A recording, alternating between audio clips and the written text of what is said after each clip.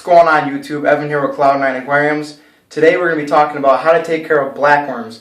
Now, if you're wondering why I'm talking about blackworms today, it's because I feed them to my discus, because that's really what's been getting them really growing. You can actually feed them to all your fish, but specifically, discus love them. They're high protein, they're really easy to take care of.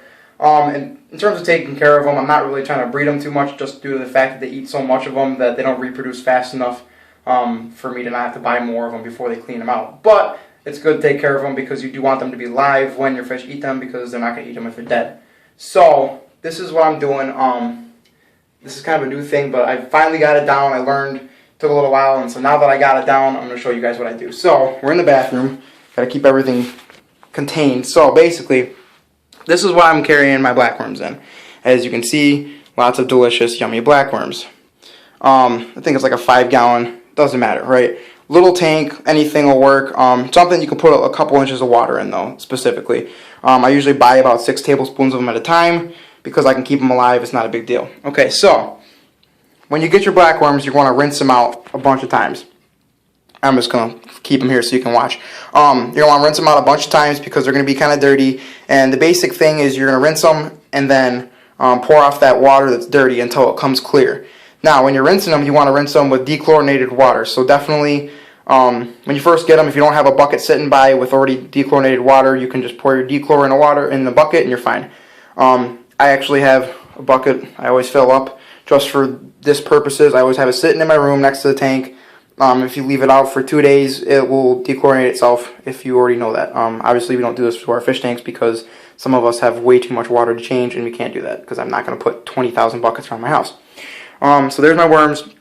So my everyday process, if you're keeping them well and the water's staying clear, you only have to do it about every 3 days. Some people put them in the fridge and they'll do this every single day. I like to do it every 3 days because I don't put them in the fridge and I'm actually keeping them growing, basically. The reason you would put them in the fridge is because you want to slow down their metabolic rate so that they will not eat themselves before you get a chance to feed them to your fish. So I like to keep them fattened up just so that way my discus are getting the maximum amount. Now the cool thing is, because they're worms, they actually like to eat, I like to call it a bioload, basically, off of your tank. So if, say, you have like a gravel tank or dirt tank, they would burrow down into that and be eating your poop and your leftover waste and stuff like that. But for those of us who have sponge filters in some of our tanks, this is perfect. And even if you don't, if you have filter floss, you can take it out and squeeze it into some water, and you'll get some nasty, grimy water. That's perfect. That's exactly what they like to eat. So, as you can see here, I have nasty, grimy water that came right out of the sponge filter. I got another one I'm going to put in afterwards. So what I'll do is I'll squeeze it out into this water.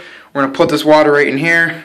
Dinner time, folks. Delicious. Make sure you get all that yummy goodness out of the bottom. Boom. That's all, folks. Easy as that. So here's what it's going to look like when you're done. I like to put a couple more inches of water in there. I will show you what it looks like when I'm done, because I'm going to put it back under the tank, and then we will check it out. We'll go from there. Alright, so we're back underneath my discus tank, and this is what it looks like. Basically what I like to do, because I got extra room here, is I'll just put this under here. You'll see I keep a cap on it just to, well, A, keep the smell down, because sometimes they can get a little bit smelly, and B, just to kind of keep the moisture in there so it doesn't evaporate too quickly. You'll see I actually run a bubbler in there. This is the key right here. If you're going to keep them at room temperature, A, you need to definitely give them something to eat, because their metabolic rate isn't slowed down, so they're going to be hungry, and otherwise you're going to be giving these skinny little worms to your discus or whatever fish you're feeding them to, and it's going to be kind of pointless. And B, if you're going to be putting this much water, they're going to drown without oxygen. So we're pumping that oxygen in, and you shouldn't have a problem. Again, I usually clean it out about every 3 days. Just wipe down the side real quick, and then pour off whatever. If you have any dead worms, they'll float to the surface and they'll pour right off.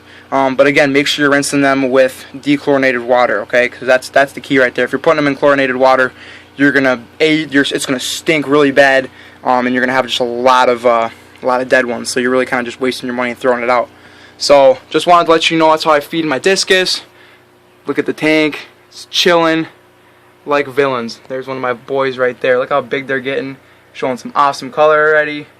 Yeah, that's what's up.